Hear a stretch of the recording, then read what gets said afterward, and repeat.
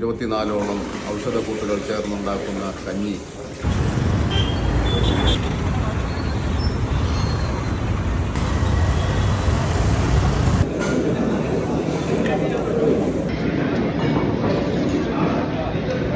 Hello friends, Miku rock നാസ് ബ്ലോഗിലേക്ക് നിങ്ങൾക്ക് എല്ലാവർക്കും സ്വാഗതം. ഞാൻ ഇപ്പോൾ നിൽക്കുന്നത് പാളയംപള്ളിയാണ്. പാളയംപള്ളിയിലെ ഇന്നത്തെ നോയമ്പ് തുറ വിശേഷങ്ങളാണ് നമ്മൾ വീഡിയോ കൂടെ പങ്കുവയ്ക്കുന്നത്. അപ്പോൾ നമുക്ക് വീഡിയോയിലേക്ക് കിടക്കാം.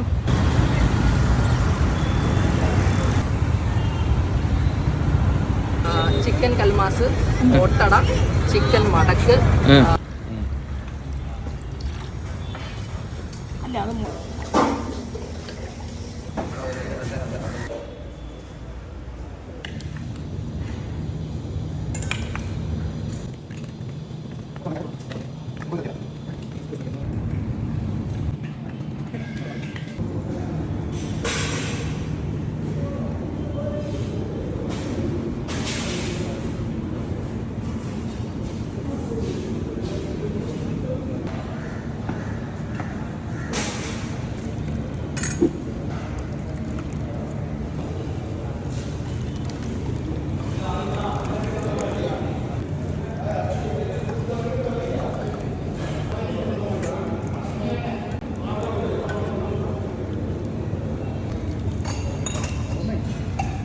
आधार का डालें.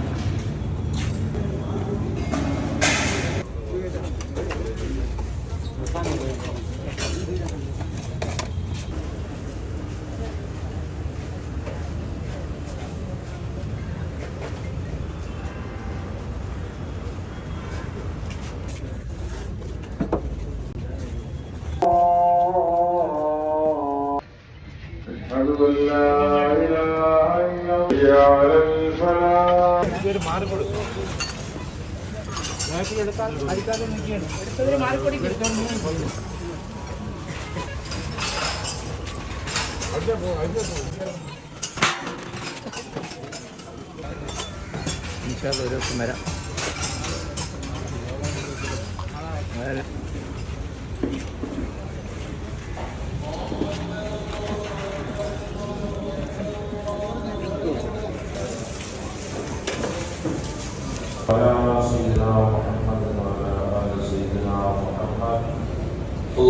وعلى آله وصحبه أجمعين والحمد لله رب العالمين.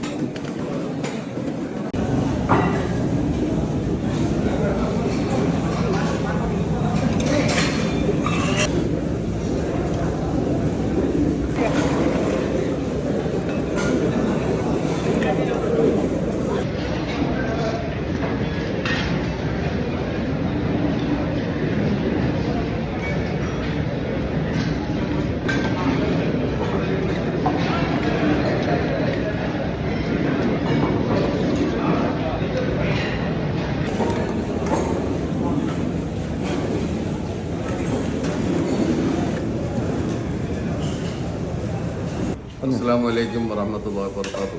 ഞാൻ പാളയം മുസ്ലിം ജമാഅത്ത് ജനറൽ സെക്രട്ടറിയാണ്. ആരിഫ് എന്നാണ് പേര്.